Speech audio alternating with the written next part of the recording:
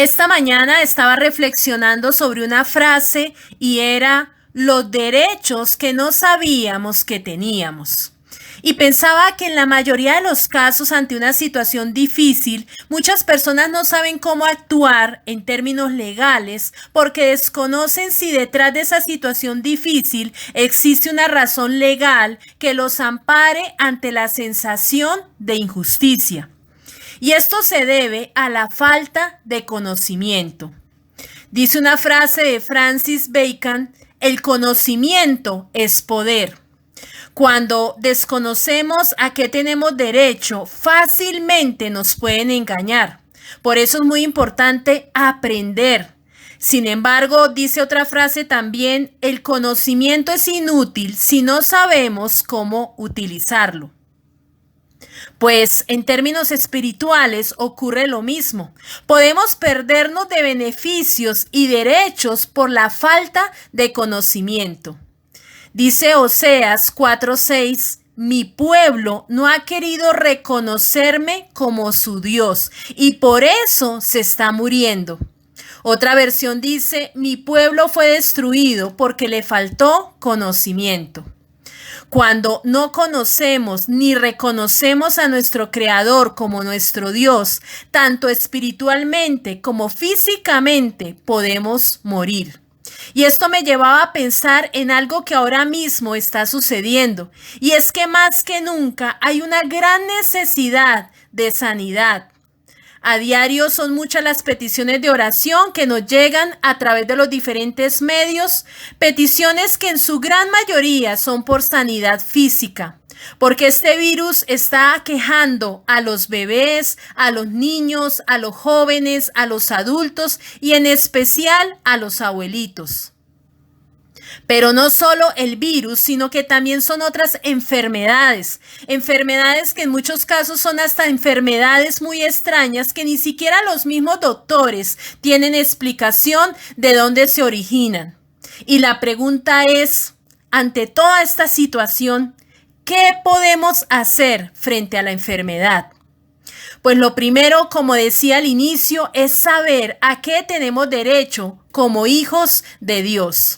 Pero para saber a qué tenemos derecho como hijos de Dios, también tenemos que asegurarnos de ser hijos de Dios. Y para esto hay que hacer lo que dice Juan 1:12. Pero a quienes lo recibieron y creyeron en él, les concedió el privilegio de llegar a ser hijos de Dios. Entonces, luego de recibirle en nuestro corazón y creer en él, necesitamos saber qué dice la palabra de Dios con respecto a nuestra sanidad como un privilegio de ser hijos de Dios.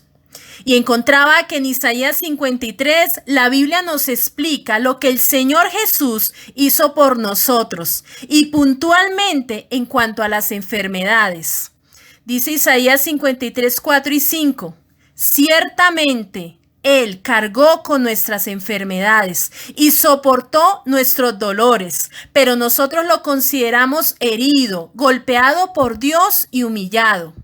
Él fue traspasado por nuestras rebeliones y molido por nuestras iniquidades. Sobre Él recayó el castigo, precio de nuestra paz, y gracias a sus heridas fuimos sanados.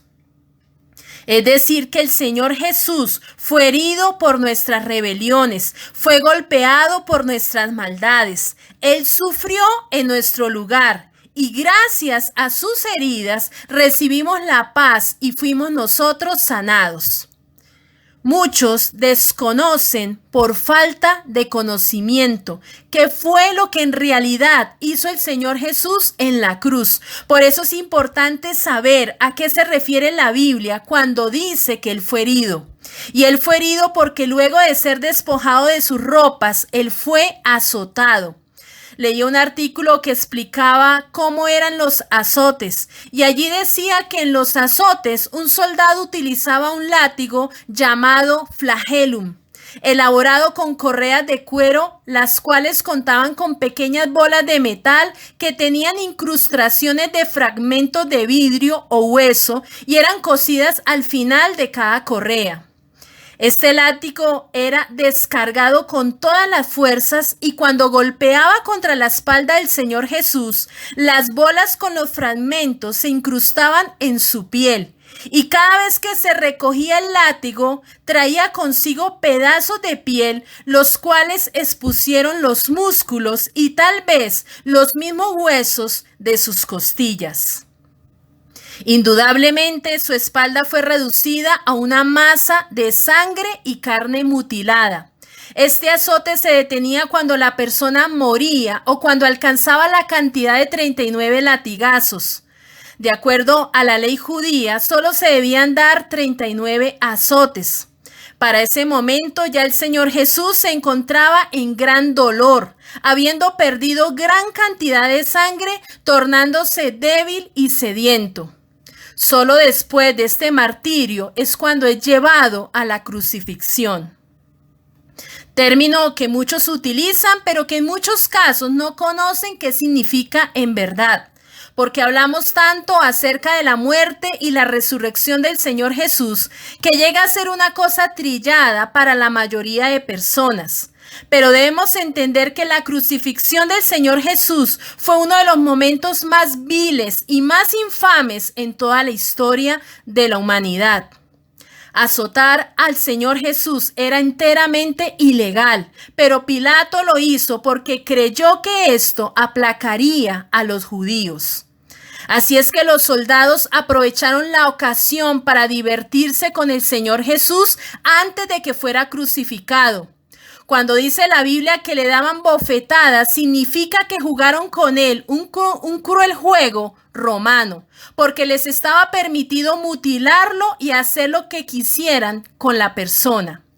Todos los soldados le mostraban al prisionero los puños, luego le vendaban los ojos y todos menos uno le golpeaban tan duramente como podían.